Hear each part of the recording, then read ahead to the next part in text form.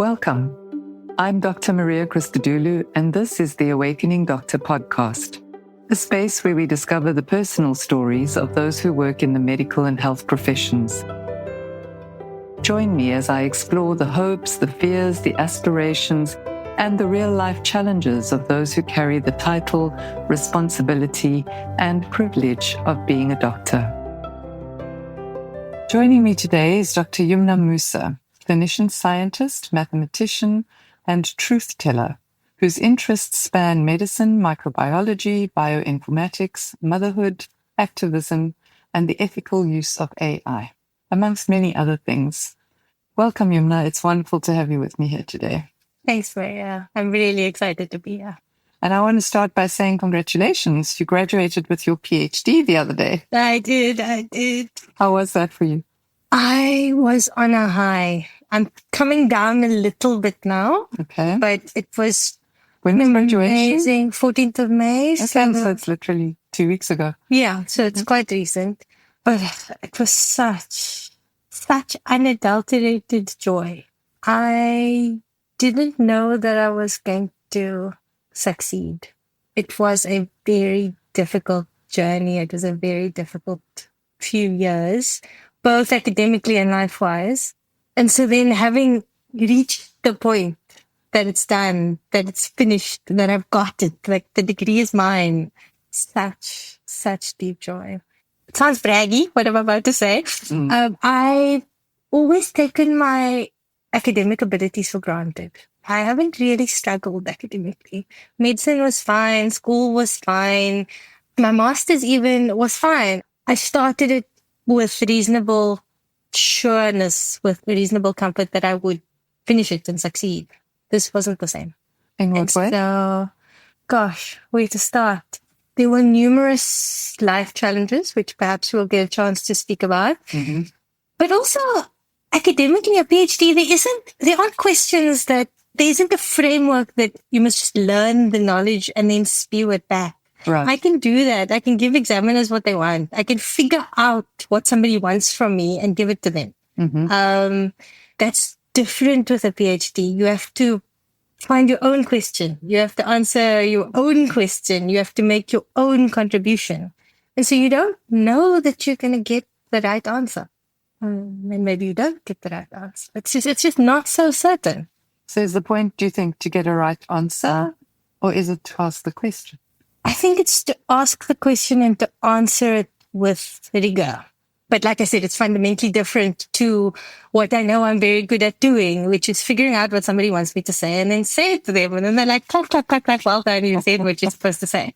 So now to be on the other side of a journey where you had to come up with your own question and answer it with rigor for yourself, what does that mean? It's what I want to do with my life. Well, no, that's not fully true. I do want to be a scientist. I love science. I love being driven fundamentally by curiosity. It makes me feel alive. But the other thing I want to do is I also want to teach. So the combination of those two things, it's trying to figure out what comes next. And that's the stage. So it's an interesting threshold, kind of like who you were and who you thought you were going to be, and now this potential of who you might become. Yes, it's a really wonderful moment. This conversation comes at a really beautiful moment in my professional journey. I mean, I think there are many moments of infinite possibility, but this feels like another one. It feels like a moment that I can turn in any direction I wish. Very exciting place to be. When we spoke last time, you told me that you were not planning to go to your graduation. Yes, I was not planning to go to my graduation because I thought it was silly and you're going to sit there for a few hours while people walk across the stage. And my mom convinced me to go because she and my dad wanted to sit in the audience and clap. Good for them. Good for them. And so they did, and we went and I sat in the audience and they clapped. And my mother was right and I was wrong. Is she allowed to hear that? Is my mother allowed to hear me say that? Yes, absolutely. It's something in my growing older, I am realizing more the ways in which she is right and I am wrong. Mm-hmm. And so increasingly acknowledging that that is okay. So what did it mean for you to actually cross the stage that day and have them in the audience clapping for you? Oh, it was so wonderful. It was such a beautiful marking of a moment. And also the UKZN graduation just has so much flavor. It has so much Africanness that the UCT grad I don't remember having.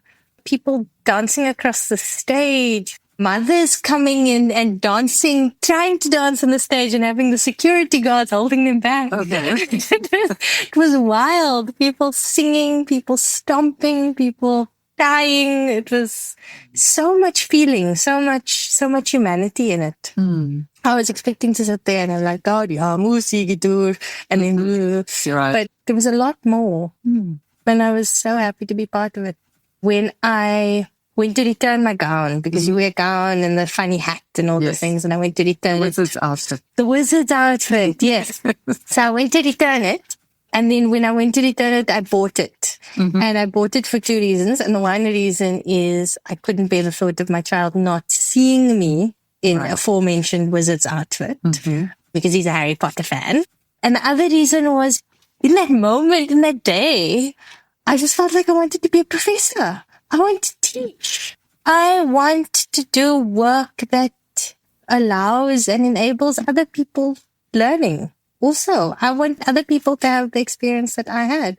And the other thing I really like about graduation, it's a celebration of learning. And I'm not a huge fan of formalized religion.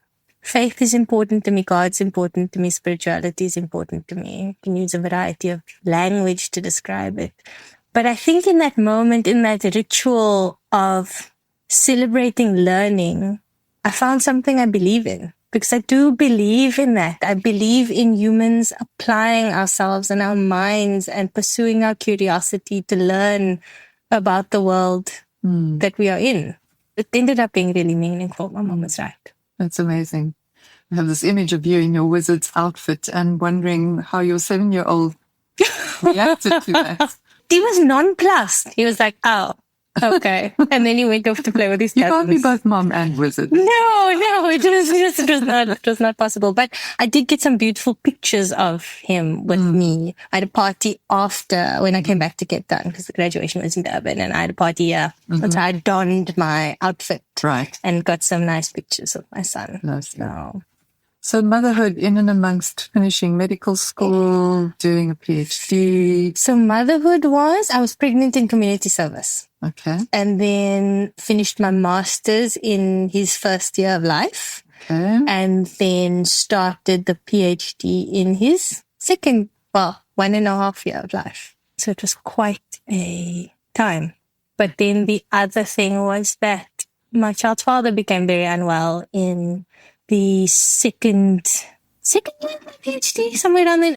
And our lives became quite chaotic, including some really chaotic behavior, some violence, us having to leave our home for a time.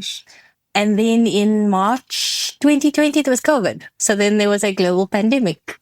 And in that time, more acrimony, more hostility, and we were divorced in November 2020. At this point, I was in Cape Town because my family is all in Cape Town, and I was at the stage of the PhD that I could do it from here. Right. To the extent that that was possible, because obviously it's lockdown and so no help. And so I'm looking after a small baby while trying to do PhD. But yes, to the extent that it was possible, I could do it remotely. And I did. But then the following year or two after that, there were more court cases. There were variation orders. There were forensic assessments. There were the whole host, all the things that can happen when two people disagree about something happened. And it's a strange thing to speak about it. And we spoke about this more candidly when we weren't being recorded. And you asked me a question that I found quite powerful. You said, only say things that you would feel fine for your son to hear. And I really, really liked that. It really helped me think about how I actually want to speak about these experiences going forward, because I don't want to not. speak about them at all. Right. Because they were part of it. I am a survivor of gender-based violence. That is part of the story. I don't think it serves either him or my son or anyone not admitting that, because it's so common. It's so common. And even having had this experience and then sharing it with other people, it's even more common than I realized. And I think it's often a dilemma in that we don't assume that someone who's a medical student, who's studying, who's doing her master's and her PhD, who seemingly has it all together, might be dealing with something like that in her personal life or at home. Yeah, absolutely. And that's a big reason I mentioned earlier that I didn't know that I was going to finish this degree, and that was a big part of it. And realizing the extent to which something like that, living under threat, living in terror, meant that I couldn't function academically and professionally. And the insight that it gave me, knowing the statistics in our country, the degree of trauma and violence out there, how do we expect people to learn and perform? Right. Because I'm really an academically strong person. I'm good at learning things. I'm good at answering questions. I'm good at passing exams. And you have resources and means and a family that is supportive and loving. Absolutely. Like I had everything stacked in my favor. Right. Yeah. Like everything was on my side. And there were 2 or 3 years when I could not function. I couldn't think. I couldn't meet my own commitments to myself or my colleagues because it was psychologically impossible. And so many people have to function under those conditions. And looking back now, what do you think helped you to get through it? Supportive people around me, my family, my friends, my supervisors. We were so loved and were offered so much grace and kindness and forgiveness and space to not be okay. Because I wasn't okay for a long time, and it was difficult at the time. My self-esteem, I couldn't perform. But the people around us made the space for that. And I'm not there anymore, which is, it's emotional to speak about, but also I recognize that my reality is just it's so different now. And what I want now, and also why I'm speaking about it more now, is I want more people to have that. And I want more people to know that it's okay to not be okay. And you can recover afterwards. You can come back. It's possible. I wasn't sure we would speak about this today, about your experience and your divorce. What's it like to talk about it? There's a tightness in my chest, a shortness of breath, a tensing of my shoulders. There's pain. It's easier to talk about the nice things. It's easier to not talk about the hard things. As I say that is why I'm doing it. I'm doing it because I want that to be part. Not I want that to be part of the story. It is part of the story. It is part of this success. It's part of what makes the success so sweet, that there were bitter, harsh, terrifying, uncertain moments. So there might be a young woman out there today listening to this story, finding herself in a similar situation to the one you were in. What would you say to her?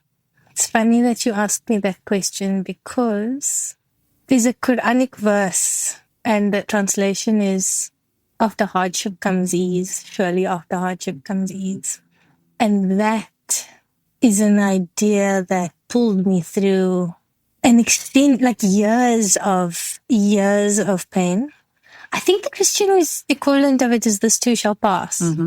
There was a sort of, again, a tightness in my chest when I said that, because there was a general practitioner that I saw quite early on. She was our family practitioner, so it was me and my then husband and our child were all consulting with her. And she said it to me. She said, this too shall pass. And I was so angry with her. I was like, that is not a helpful thing to say. And it's so funny to be on the other end when you ask me that question. That is honestly what came to mind. And I wonder whether that also speaks to, we were joking about my mother and admitting that she was right and I was wrong, and how there is something about the passage of time and the cycles of life that give us insights that we simply do not have at a particular moment. And so you say, what would I tell her? I'm not sure that there's anything that she would be able to hear, but what I think we need to do for her, the people around her, is I think we need to support her and forgive her and make the space for her to go through the journey that she's going through and come out the other side. Because I don't think there's a right answer. Right. I think when you're in it, there isn't a right way to be. Even when I was in it and navigating all of the court cases and the battles and trying to be strategic and trying to figure out what I'm supposed to do, I was almost plagued by the idea that there's a right answer. Plagued by the idea that if there's something I could do, then this would stop. If I could just figure it out, if I could get the correct diagnosis, if I could figure this out, then it would just unlock peace. But that's not how it works. I had to go through it. I mean, even as you're speaking, I can feel the turmoil. I can feel the emotions sort of, there's this sense of movement and energy and like, I don't even know what the word is to describe it. Chaos. Going back there, it comes back. It's not that long ago, actually. How long ago? Divorced November 2020. So not too long. You got married quite young. You were still a student then. I got married the day after my last day of medical school. Wow. So 24 years old, Right. 2012. Yeah, that's also another way in which this graduation had a different flavor, because that graduation was, I think my graduation was a few days before. So I got married in court, so that was the day after the last thing. But then we had a wedding party, and the party was close to my MBCHB graduation. So I think that was also a little bit overshadowed. The graduation was less of a big deal. Right. And then my master's graduation I didn't go to because Sabra was a year old, and it was really not a priority to walk across the stage and have somebody tap me on the head, say I dubbed the Master of Medical Science. So this one, I really made the space for it. And it was meaningful. I'm glad. I described you earlier as a truth teller. And then I went on later to say I wasn't sure we would talk about this part of your story. And I find myself feeling quite relieved in a weird way that you've been willing to share about the story. And also mindful of like that how we tell the story is important. Which brings me to something else that has happened in your past where truth-telling has kind of got you into trouble. So on the one hand, I want to honor and appreciate your courage in sharing about what's been happening for you. But then I also want us to look back at a previous time in your life where you told the truth and where it had consequences. Do you want to say a bit more about that? Because I think you know what I'm talking about. I do. So you're probably referring to my YouTube video that I posted in 2016 about my experience of bullying and harassment during my internship. And I had made some recordings of the various meetings with hospital management and seniors at the hospital where they essentially threatened to derail my career if I didn't retract my complaints about racism and sexism and sexually inappropriate behavior. So my understanding is at the end of internship, there's a logbook that one has to submit to provide evidence that you have completed a whole lot of procedures and met the requirements to graduate as a medical doctor. And in that logbook, there's a section where you can provide some feedback about your experience as an intern. Exactly. And in that logbook, you shared some feedback about experiences of racism and sexism in the hospital with your supervisors. Exactly. And then the consequence was, remove this, make your logbook disappear, or we won't sign your logbook and therefore you will not be qualified to practice medicine as an independent practitioner. And that is what ended up happening for a while. And I had to go to the Health Professions Council to complain about this. It was quite amazing. They came up retrospectively with issues of professional incompetence, including a substance abuse problem, which is a particularly impressive one because the most significant mind-altering substance I use is caffeine. I have never smoked a cigarette. I have never used cannabis. I don't drink alcohol. It was a really impressive claim. So they made claims to infer that you were not competent. Yes. Okay. That's why they were not signing off my logbook, not because they were threatening me to retract what I was saying.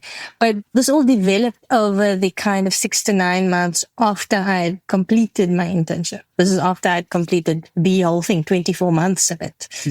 And being the stubborn person that I am, I refused to back down and I fought with them. I said, no, I'm not incompetent. And the harder I pushed back, the harder that's when these very strange allegations of incompetence came out. I was like, okay, cool. I am imperfect. I would have made mistakes.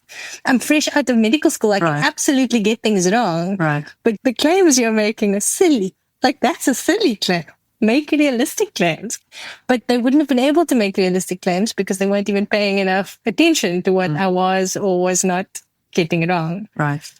I'm aware that the entire time you've been talking about this, and the same thing happened when you were talking about challenges of the last couple of years, there's a big smile on your face throughout.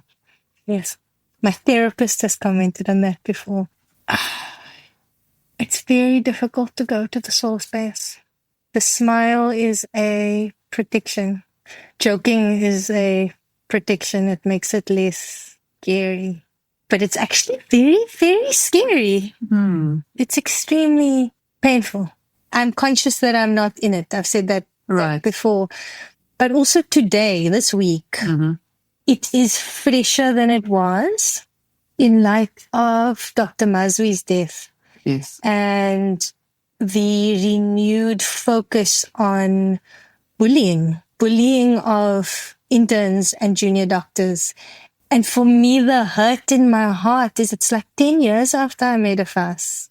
How is it still happening to the point that someone can die? A group of us went to the HPCSA stakeholder engagement yesterday to put that on the agenda, to ask the question, what is the HPCSA going to do about this? And some of the responses were what you perhaps would expect from the HPCSA, but also so painful. If I don't have a smile on my face, let me be honest. I don't know her name, but she was on the board. She said, junior healthcare workers shouldn't allow themselves to be exploited. And I was like, wait. So are you arguing that we allow ourselves to be exploited? Because really, coming back to what you said earlier about me having all the resources in the world, I have all the resources in the world. And I fought this as hard as I could fight it. And the best the HPCSA could do for me, in my case, was quietly allow me to re-register and proceed with my career, which I'm very grateful for. I'm grateful that I am now a freely practicing doctor. Happy about it. But we're not doing enough. If people can still die, if people can say, I'm sick, I can't come to work, and the supervisors can say, I expect you to report for duty, and for the tone of the space to be such that this person's capacity for self-protection is so broken that they can die. And even today I had a conversation with senior colleagues formerly involved with the HPCSA and that I knew from their involvement with my difficulties, whatever. And he made this comment that was something like, well, it's really complicated. You can't know what really happened. Fine. But somebody is dead. A person who said, I am too sick to come to work is dead. how much evidence do we need for it to not be too complicated? We saw the WhatsApp chat. We saw the interaction where Dr. Maswi said, I'm too sick to come to work. And his consultant says, I expect you to report for duty. We've all seen that. So how complicated is this? And I think part of the problem actually is the fact that we focus on maybe it's finding the right person to blame. And then everyone must defend themselves. Now, the consultant must defend themselves. The hospital must defend themselves. And it's an isolated thing. It's that consultant. Yes. If we take that consultant out of the picture, then this won't happen again. Yes. And I know in my heart that that is not true. Yeah. Because I felt this. Mm-hmm. And numerous other people over this 10-year period have felt it and have communicated with me. And we have supported each other through their journeys. We know that it's not an isolated incident. It's the way that it works. And when you say it's the way that it works, what is it? It's the culture of the profession. But we are the profession. So what do you think it is that creates that culture? Early punitiveness, harshness, criticalness. Mm-hmm.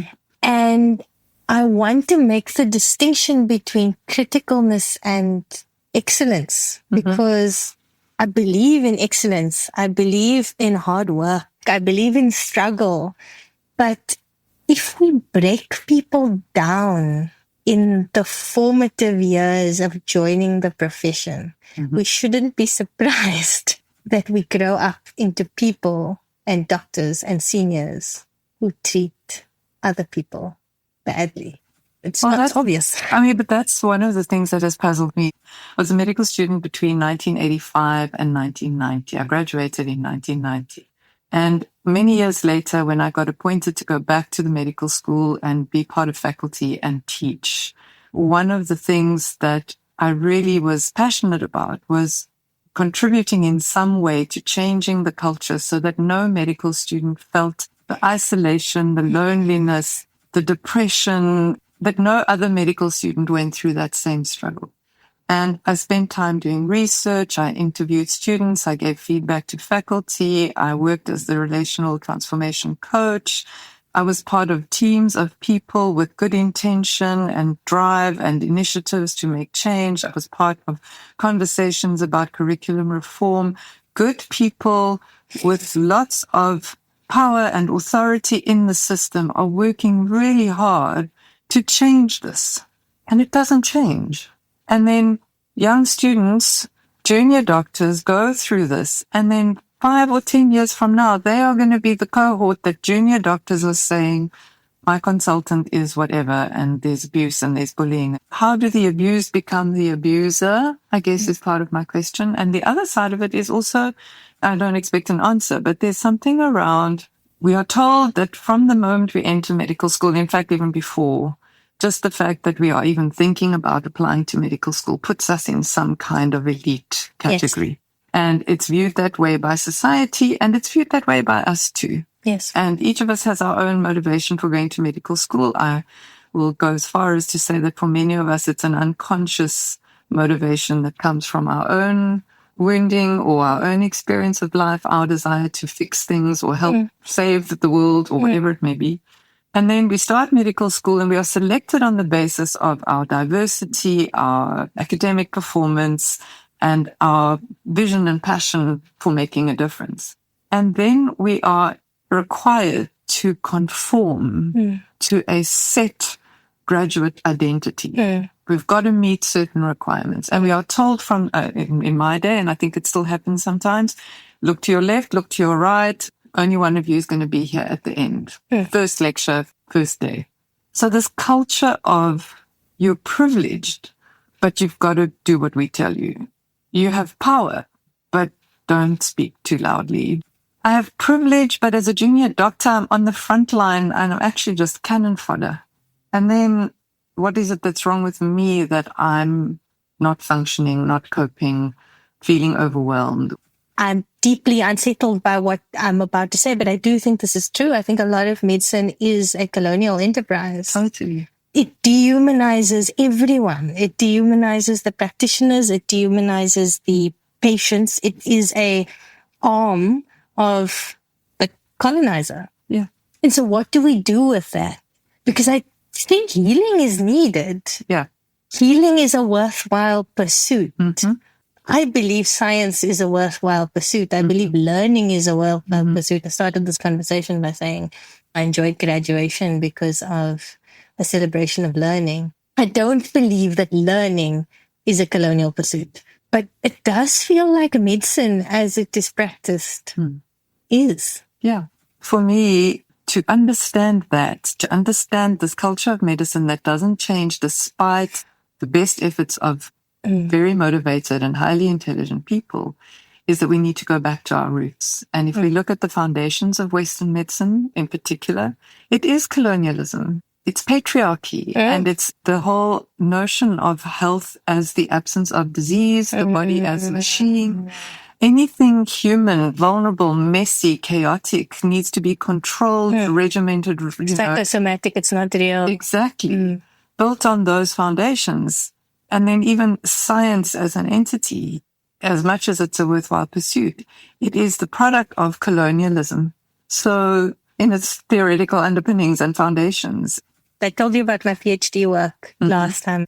I did a whole PhD in infectious disease research. I don't want to work in infectious disease research anymore because I feel, again, that the theoretical underpinnings of it is not human-centered, or at least not centering the humans who suffer most with infectious disease.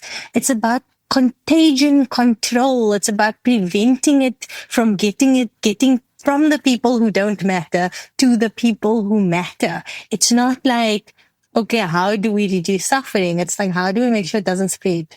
Because we don't want it to get to us. And I don't want to do that work. I don't find that inspiring. Yes, it must happen. Someone must do it. I also don't want the pathogens to spread. But I don't want to be doing that work. I'd much rather be doing work that supports people's immunity so that the spread of the pathogens don't actually matter. So the pathogens can just be there and not make people sick. Well, you said earlier that healing matters. What is healing in your mind? Finding balance, returning to balance, because there are these life moves. And so there are moments of moving to one extreme and to come back from the extreme. And I think that's the current notion of health that I'm working with, because I think it applies to our physical bodies as well. I mean, it's homeostasis. Right. It is rhythms that are conducive to life and longevity and reduced suffering. So that's the framework that I'm finding most helpful now, that we can go to extremes in various ways. Your blood pressure can be too high or too low. Your blood sugar can be too high or too low. You can be overweight. You can be underweight. You can be anxious. You can be lethargic. All of these are states of extremes. And if we can identify those imbalances, we can come back to balance.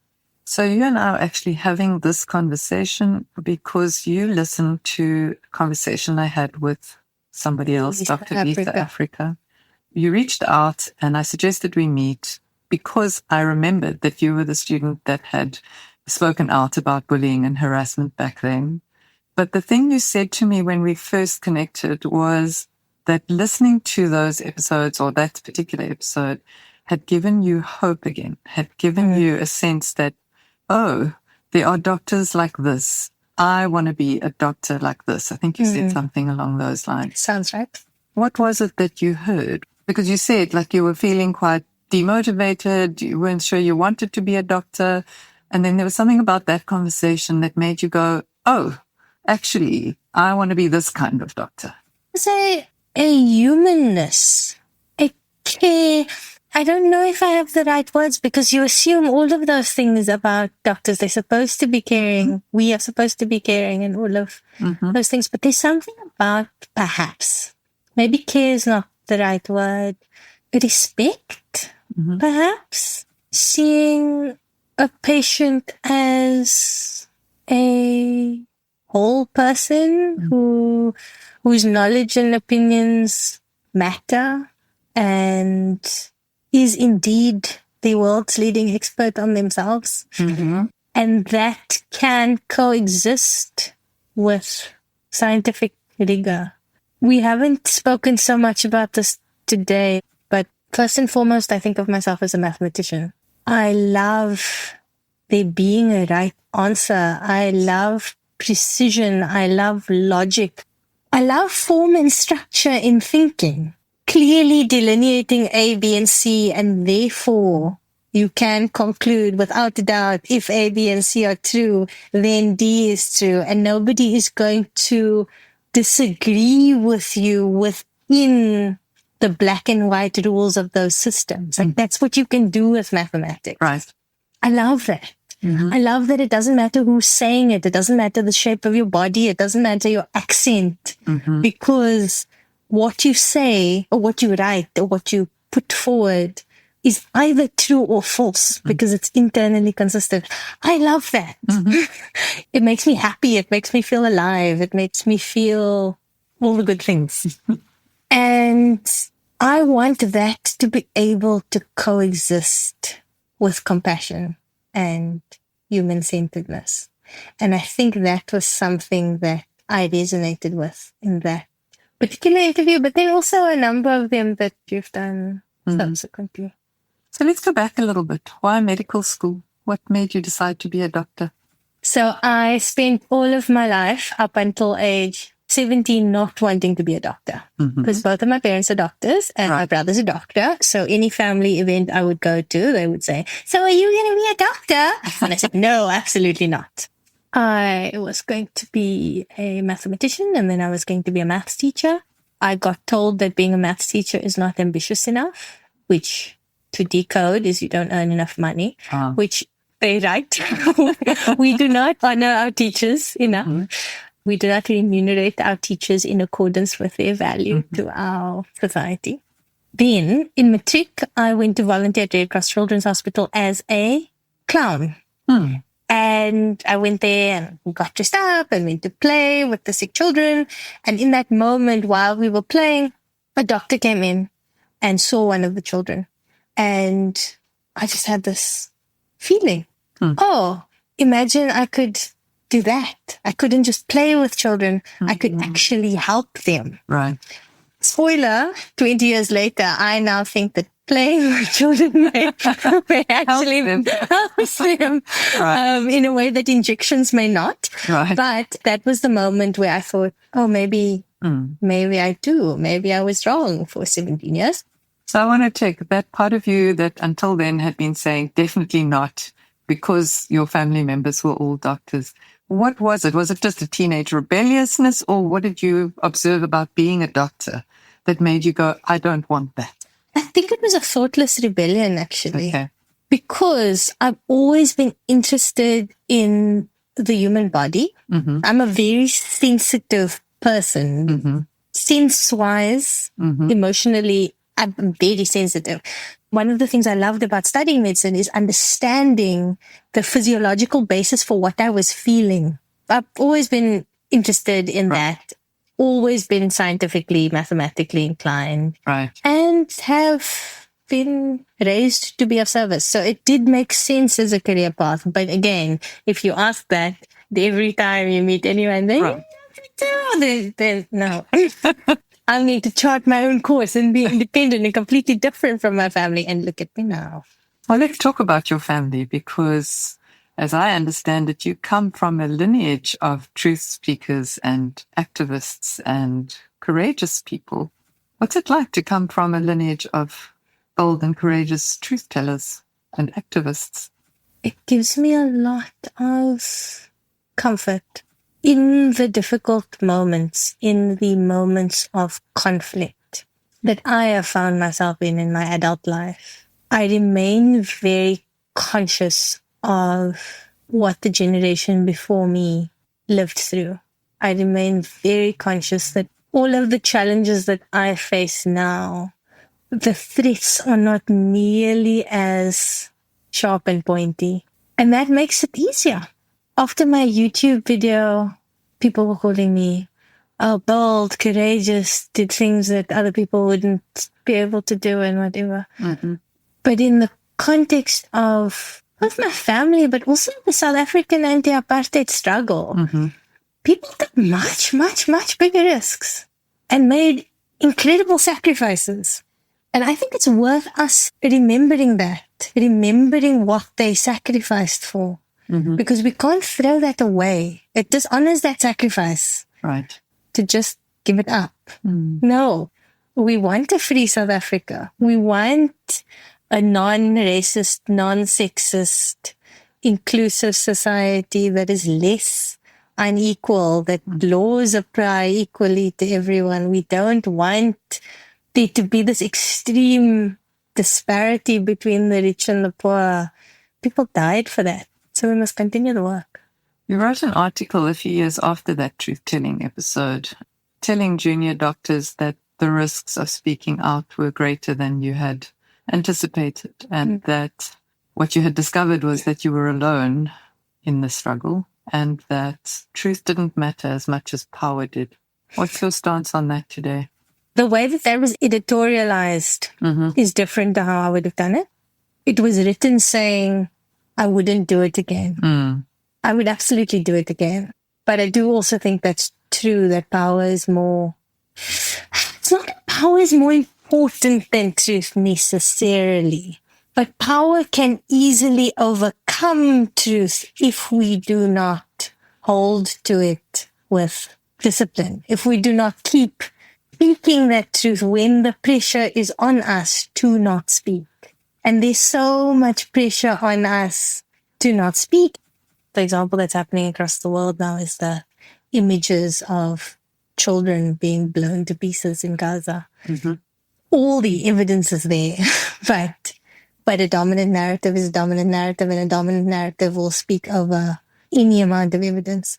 I think when I started this journey with the YouTube video and the recordings, and I heard those recordings, and I was myself was so amazed by them, and I thought, this is so obviously bad. This is so obviously wrong. That showed me, evidence doesn't necessarily matter. What matters is the choices we make. And we can make choices. I don't feel hopeless about it. I don't feel like it's meaningless. But I do think it's not going to be like the pretty mathematical solution that A, B, C, D, QED, which I wish it was, but it's not. It's the hard work of choosing to do the difficult thing every day to build the world like we want it to be. I'm reflecting on how many topics you and I have touched on, from gender-based violence to bullying and harassment in the medical culture and the culture of medicine, to politics and like all these different domains, and how I notice even in myself the anxiety that comes up as we start broaching a particular topic, how risky it feels to open up a conversation. Or even, we were speaking about the culture of medicine and we made some very interesting points, I think each of us, and then we segued into something else. And I wonder what that is in myself, because I don't have the answers, which I don't.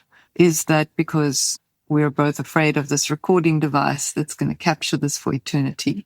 Absolutely. I think that's part of it. That's definitely part of it, for sure. But I wonder if it isn't that same collective thing that makes good people collapse in the face of adversity. It just all feels so big, and it all feels so much bigger than you and me. And yet one of the reasons I started these podcast conversations was that if we could just tell our stories, I really do believe that it's stories that are transformative. And so for somebody to hear your story and to hear that actually you were brave enough to speak out, or you too have experienced gender-based violence, they feel less alone in that moment. Yes. And maybe that gives them the courage to take the next step that they need to take. But what I'm seeing a lot of, I guess, in medicine too, and in the younger colleagues that I'm having the opportunity to engage and interact with, is not just a rebellion against the culture of medicine, but a beginning acknowledgement of their own complexity, I think maybe not the right word. So the part of you that is finding ways to embrace your love of mathematics with science and biology and humanity. And I feel like that's what medicine is calling for, is like that very diversity that makes us the most eligible candidates for medical school.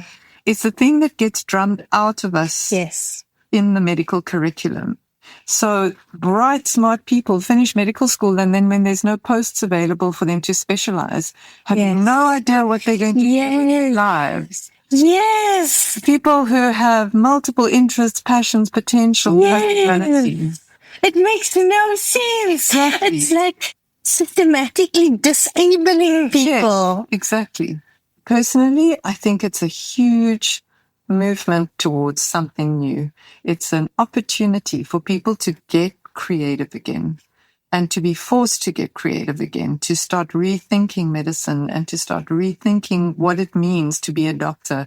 Yes, clinician is one part of it, but coming back to your interests, I think AI is going to start replacing many of those clinical things that we do. Absolutely. So what does that mean? What does that leave us with? And could it be that AI frees us up? And you've spoken, I know, about how to use AI so that it's ethical and that it allows for humanity and for dignity and all of those things. But what if it frees us up to do those human things? Absolutely. I think it's a moment for that. And I'm so excited about what that can bring.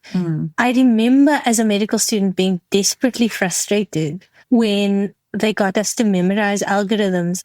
You must have done that. Those sort of like emergency care. If the blood pressure is this, and then you had to like splurge out the algorithm to get the marks. And I was like, why are you making me do something that a machine will always do better than me? Why don't you ask me to design an algorithm? Why don't you ask me what this algorithm cannot deal with? Why don't you ask me what the biases are for this algorithm? Because the task you are asking me to do, a machine will always do better. And at the same time, perhaps it allows for a different measure of eligibility, success, that some of that algorithm stuff can be turned out by a robot. Yes. But some of this human stuff, not yet. Not yet. Yeah. Maybe never, but definitely not yet. Yeah. I don't know. Who knows? Who knows? Some people say that you can use a AI therapist. I've heard about that. Yeah. Maybe it's my age. Maybe I'm technologically backward, but I still see the value in a real human. Yeah. Yeah, it's definitely my age because I'm much older than you. But I do think that there is an element in human interaction that is not quantifiable, that not replicable. It's that thing of you and I started this conversation a week ago, and it was a very different conversation. Yeah. There were things you said in that meeting that I was like, we must definitely say all those things again. And a week later, those things don't feel as, I mean, they were important. They are important. But today, something else is here. It's a different moment. It's a different moment. You're different. I'm different. The world has moved on. Yes. Something else is happening. Yes. And one of the hardest things for me as a podcast person and as somebody who is a Virgo and a perfectionist about everything is the fact that these conversations can go in any direction. Yes. And that I can't always predict what my guest is going to say or how I'm going to respond. And I'm not always going to have the perfect word or the right response in the moment. And there have been times when I've been tempted to edit out things I've said, and it hasn't been anything that dramatically changes the flavor of the conversation. But it's so interesting for me, this thing of like getting it right, getting it perfect, which comes back to body as machine. And there being the perfect existing. Yes, perfect existing. Which I don't think it does necessarily. I don't think it does either. I think the very nature of being human is vulnerability and fallibility and all of those things. So, yeah, it was getting into philosophical debates, which I feel I can do quite easily with you. Part of the purpose of this conversation is to tell your story. And we've touched on motherhood. We've touched on your decisions to do medicine, your PhD. I've also read somewhere that you described yourself as a tree hugger and a mermaid and that you love to dance. Tell us a bit more about that side of you. There's so many sides, is the truth. I love being alive. I love the broadness of human experience. And so I explore lots of different things. A recent, very, very absorbing hobby has been salsa dancing, or rather SBK, salsa bachata kizomba, which is Afro-Latin partner dance. So I used to dance before I got married. And then my husband didn't really dance, and then I didn't because we did other things together. And then when I stopped being married, then I started dancing again, and I rediscovered that passion. And there's something really amazing about being in the moment that is required in a partner dance. You have to feel and respond exactly as things are unfolding. And it's an embodied practice of a way of being that has informed a lot of the rest of my life.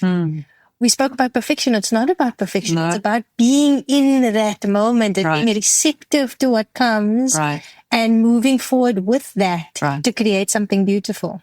There's also some other complexity. There's gender. Men tend to be the lead. Women tend to be the followers. I find that quite challenging, but also something that I enjoyed leaning into and exploring because it was a space in my life that I didn't have to lead. There's a lot of other spaces that I take control and I manage. And this, I was like, I am not learning to lead. I will follow. You will sort it out and I will respond. And it's been so wonderful. And I've transitioned probably, not say transitioned, I still dance. In fact, I'm getting on a plane tonight to go to Joburg to dance for the weekend. That's why I'm going. There's a Cuban salsa dancer coming from Mozambique to Joburg. Okay. And so it's a Cuban salsa and a reggaeton weekend. I live a good life. Fantastic. Good for you. But so then the other thing that I've started exploring is capoeira, which is a martial art. So it's still in the moment call and response dynamic, but instead of seeking harmony, you seek competition. Like you are trying to achieve dominance, you're trying to win the game. Which is a very different energy. So I'm exploring that and playing with that. Beautiful. At the moment. I love that kind of embodied way of exploring relationship. Yes. Really. Relationship to yourself, relationship to the other. A few years ago, I did tango lessons, and particularly Argentine tango, which is the close embrace tango. And one of the reasons I signed up for lessons was because I also love to dance, but there was an element of this idea of, I think I just ended a relationship and I was like questioning my own dynamic in relationships. And it was that thing of, how can I step into this close embrace with another human being, be completely attuned in that moment, and be so present that I can move with them in that moment and then walk away, which was often very hard for me to do in complex relationships. And it was such powerful learning terrain, really. Yes. And also we talk about leaders and followers, but actually I had this idea in my mind that being a follower was a passive thing. No, it's not. You can't be led if you're passive. No. So this really turned on its head for me, this idea that to be a follower was a passive thing, or that I was giving up some kind of agency if I followed. And that actually my perfectionism and control thing was a way of not following or leading. Yes. And then having that conversation of gesturing to communicate something and having somebody else respond, having the follower respond, and then the lead gesturing again. Yeah. So I'm really enjoying that. And the other part of it was very much part of healing an impaired sense of self and healing the capacity to self-protect, which is also something we spoke about before. Learning what feels nice, because sometimes you touch someone and it doesn't feel nice. And learning that my body actually knows. She can feel, does this feel safe or does this not feel safe? And that was switched off for a long time. That ability to discern was dysfunctional.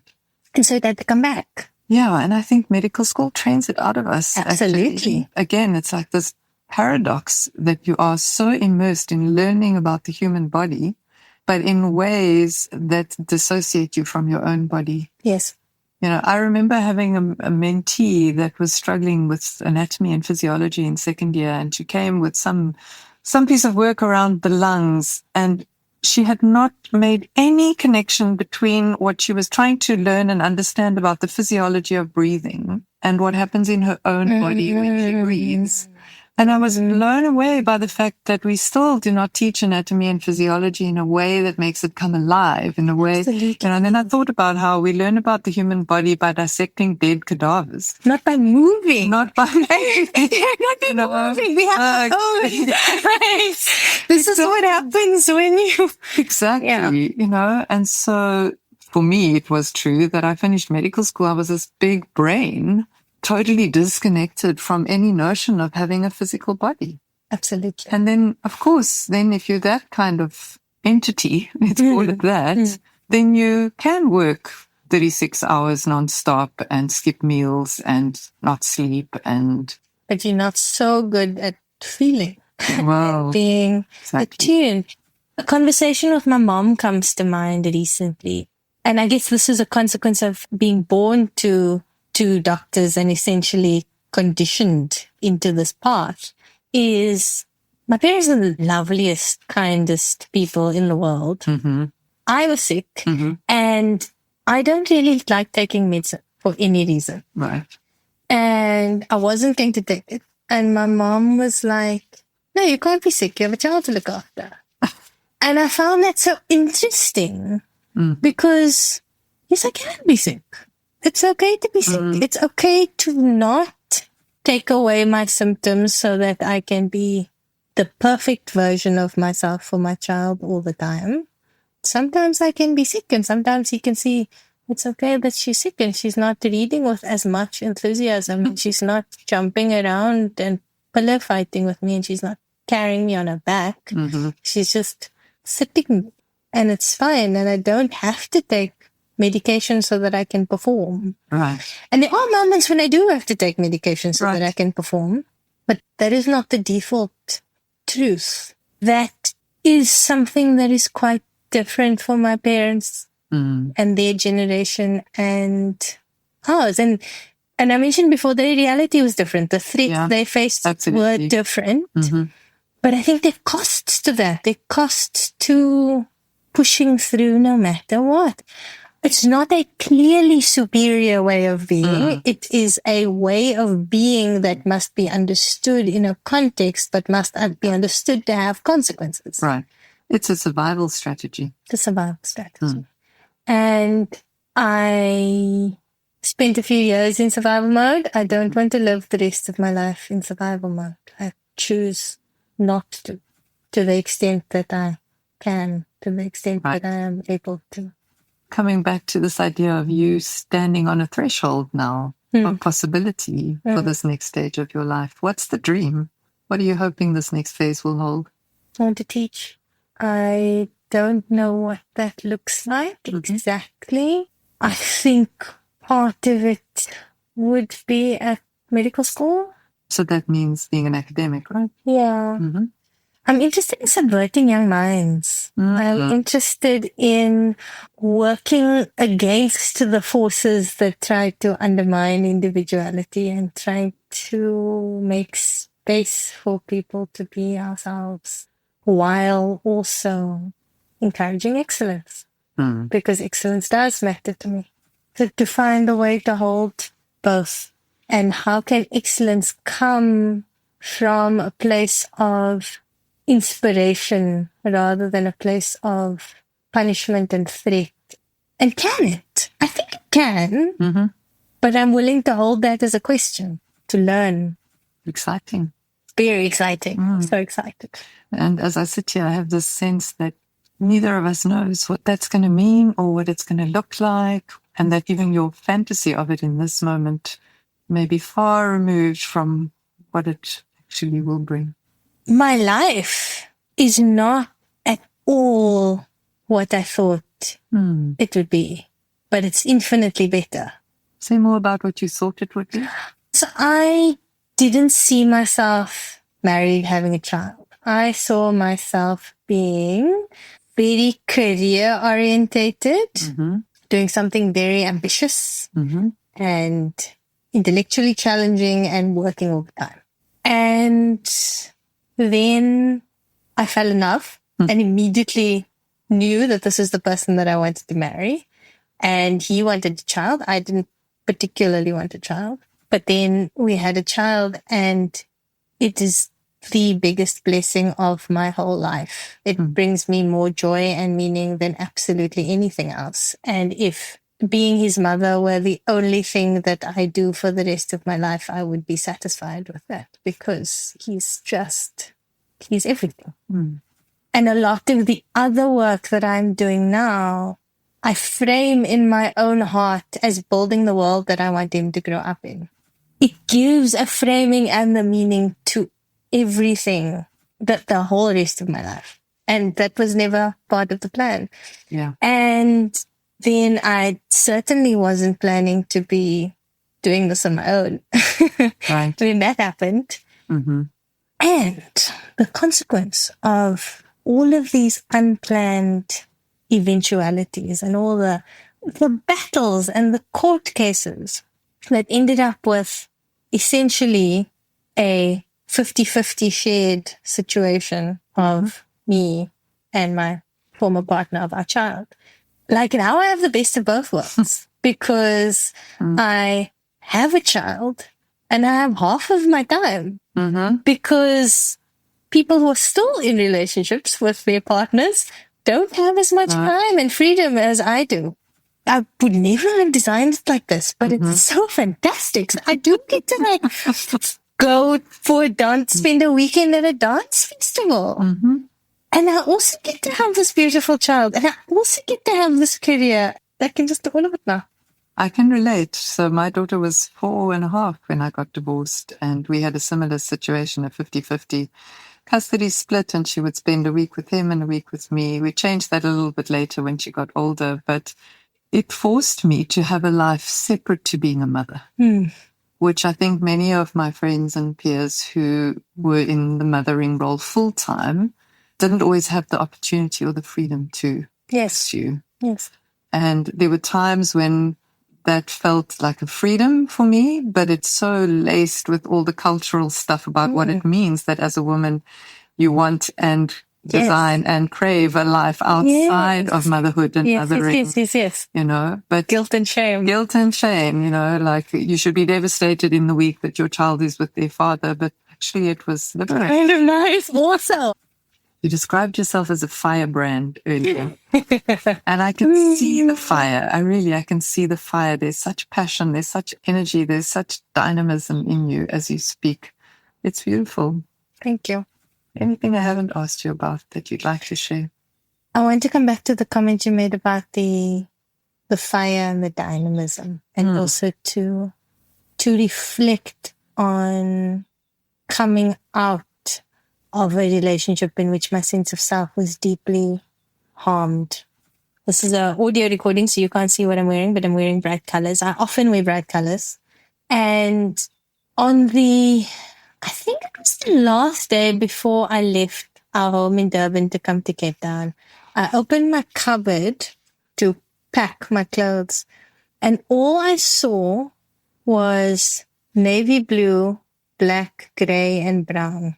And in that moment, I became aware of the extent to which I had lost myself. Like, literally, my color had seeped away. Wow. So yes, it's finding me again. Like, this is me. She is fiery. She is a lot. And I love her. You talk about her in the third person. I am a lot and I love me. What advice would you have for a young firebrand who finds herself in medical school today and is feeling the colors seeping out of her? Or a woman in a marriage who's feeling that way? You know, it's funny. I don't know what to say, and that makes me feel sad. It makes me feel sad that even being on the other side of it, not having the answer. I want the answer. I want to be able to say, oh, just XYZ. But I've got nothing. Maybe again have faith, but I also don't even feel like you can say that to a person that's in the I don't think there's anything to say. I think that's what I would take away. when I said it again earlier, I don't think there's an answer. I don't think there's anything to say. I would want to be with the person, be present with the person, choose in every moment, in every opportunity that comes to enact a different future. Yeah, I don't think there's anything to say. And sometimes that's the hard part of being a doctor, right? There isn't something we can do. There isn't something we can say, but we can be with someone.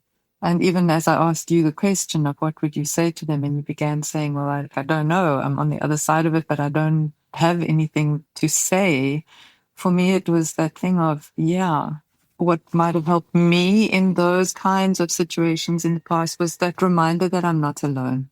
Yes. Because anything you might say to me about how it's going to get better or why it might get better or that this too shall pass, like intellectually, I would get it. But when you're caught in those experiences, it doesn't feel like there's ever going to be a way out. And then there's something hopeful about being reminded that other people have been here too. And other people are here right now. And other people are here right now. Yeah. I like that. That resonates. That feels good. And it's something that gave me a lot of strength. I was not abandoned. I was not alone. I have been surrounded by love throughout. And that did make a difference. Well, yeah, you gave an answer. There's an answer. Yeah. The mathematician in you must have that. I know. You know, I will say that the other thing that stands out for me in this moment is the thing that drew me to coaching was that it was this idea that instead of focusing on what was wrong with people and how to fix it, you could focus on what was whole in people and you could hold space for them to remember that or to reclaim that. And it felt at the time when I was introduced to coaching like such a fundamental shift. It didn't mean we didn't talk about the past. It didn't mean we didn't explore how you got to where you are today. But it meant also that I did not look at you and perceive you to be wounded or perceive you to be deficient in some way or another. That my stance and certainly the attitude I bring to a coaching relationship and actually hopefully most human relationships is you are whole. And if I can hold on to that when you're struggling to remember it, you'll reclaim it again. And I must let go of any notions that I have about how you're going to do that and when you're going to do that and why you're going to do that and really just stay with you. And maybe from time to time I have a story that awakens your imagination or I can share one of my experiences that might be useful for you. And maybe I can share a tool, which might be a drug or a homeopathic or a whatever. But what we're working towards is the remembering of your wholeness. Yes, exactly that. Reminds me of, so one of the other things that I have dabbled in is care clowning. Yes. So a principle in that, so you play with children in hospital. That's how I did it. There are very many ways to do it. That's how I did it. And the underlying principle there is you play with the healthy child within a body that is not always in good condition at that moment. Right. And we went into Burns wards with children who couldn't move, but there's a person there. And if you think creatively, you can play with a person regardless of the condition of their bodies. And the joy that that brings, it's magic. Yeah. And the healing that that brings. Because if we are only seen in our brokenness, we miss the essence of who we are. It's incomplete. Anything else, Yumna? No, I think that's all. The last line on my notes here says, guiding principle from the river to the sea. I think I read somewhere that you lived by that as a guiding principle. So what's so funny is that was a UKZN interview. And she asked me to fill in a questionnaire. From the river to the sea is the slogan for Palestinian liberation. But the person who wrote it up didn't understand that at all. And she wrote from the river to the sea means that she cares about the planet and connection to... I don't even remember what she wrote, but I giggled to myself that she totally missed that. Yeah, I feel a deep connection to the Palestinian struggle, I feel very conscious that apartheid South Africa was established in 1948, which is when apartheid Israel was established, and that our reality is essentially a counterfactual to that reality. And it became particularly stark for me after the October 7th escalation that I could have been there. If I was born there, Yumna Moosa, firebrand, all my same personality attributes there, my life would have been very different. It would have. I get like nasty threats and you can't like study medicine. There, I get blown up for being a doctor. I prefer this. Like, it's horrible. It's horrible. Yeah. But I prefer this. But that's also an acknowledgement that context matters. Context matters, and also to understand the bigger world. And that we are not separate from that bigger world. No, we're not. So yeah, I have a deep emotional connection to the Palestinian liberation because I think it's about human liberation. I think it's about our next steps in realizing that we are all connected.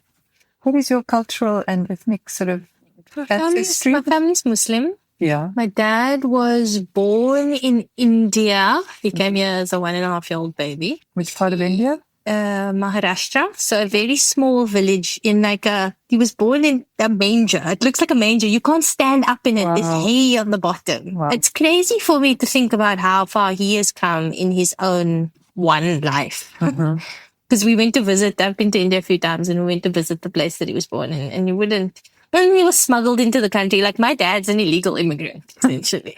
He's no longer illegal. He's not. South African citizens, I can say it. It's fine. Right. But those were the circumstances of him coming in. And his family before that, I think, was Yemeni. My mom, a mixture of some indigenous, some Indonesian, some Indian, smudge of things. So lots of diversity. Lots of people from all over the place. What I love about my phenotype is in most places in the world, I can go and look like I'm from there. So North Africa, Southern Europe, even South America. So I've got this sort of like brown curly hair thing that could be from a lot of places. And I like it. Brazil, I recently went to Brazil and people thought I was from there. One of the things that I do in my work is that I do ancestry testing with people for that very reason of reminding us all how connected we are. Because when you see our ancestral origins, if you go right back, if you go far enough, we are all actually connected. Every single one of us is connected to every single other person on this planet. Yes. And we forget that, and we create all these ways in which we divide and separate, and it's that. And so we will continue working towards the coming together and the recognition of our connectedness. Thank you, Yumna, for bringing your particular brand of fire and passion and vitality to the conversation, for your willingness to tell the truth about your story. And I'm aware that we have kind of glossed over some of the detail, but that feels appropriate. And for who you are in the world and the energy that you bring. I'm very excited about what this next stage will bring for you. Thank you, Miriam. Thank you for this opportunity to speak. There is healing in storytelling. There is healing in speaking difficult truth and not being afraid of it. And so... Or being afraid and speaking anyway. Or being afraid and speaking anyway. And so... yeah, thank you for this. Thank you for this opportunity. You're so welcome. I'm Dr. Maria Christodoulou, and you've been listening to the Awakening Doctor podcast. If you enjoyed this conversation, please share it with your friends, follow Awakening Doctor on Instagram, Facebook, and Spotify, and go to Apple Podcasts to subscribe, rate, and give us a good review. Thank you so much for listening.